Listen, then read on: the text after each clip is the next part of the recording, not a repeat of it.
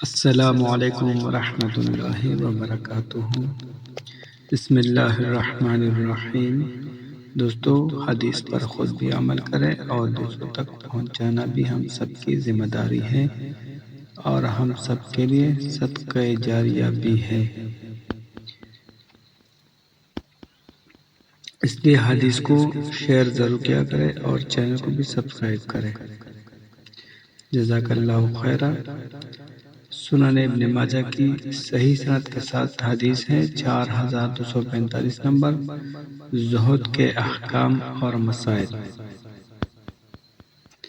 عن ثوبان عن النبی صلی اللہ علیہ وسلم انہ قال لأعلمن اقواما من امتی۔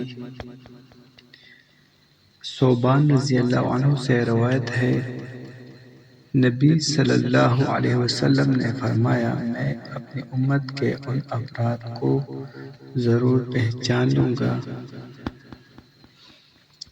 یأتون یوم القیامۃ بحسنات امثال جبال تہامۃ بیضاء، جو قیامت کے دن تہامہ کے پہاڑوں جیسی سفید روشن نیکیاں لے کر حاضر ہوں گے۔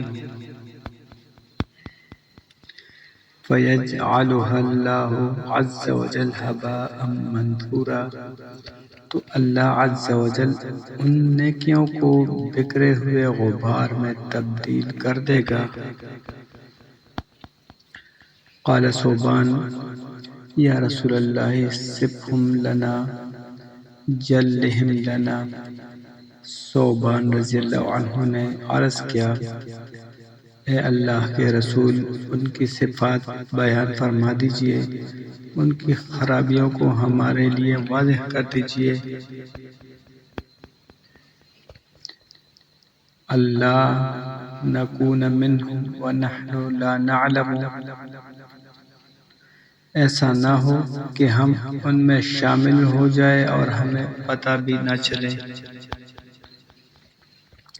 قال اما انہم اخوانکم ومن جلدتکم ویأخذون من اللیل کما تأخذون۔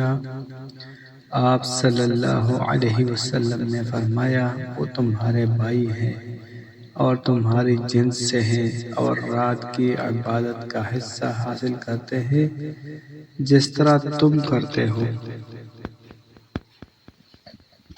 وَلَكِنَّهُمْ أَقْوَامٌ إِذَا خَلَوْا بِمَحَارِمِ اللَّهِ انْتَهَكُوهَا، لیکن وہ ایسے لوگ ہیں کہ انہیں جب تنہائی میں اللہ کے حرام کردہ گناہوں کا موقع ملتا ہے تو ان کا ارتکاب کر لیتے ہیں۔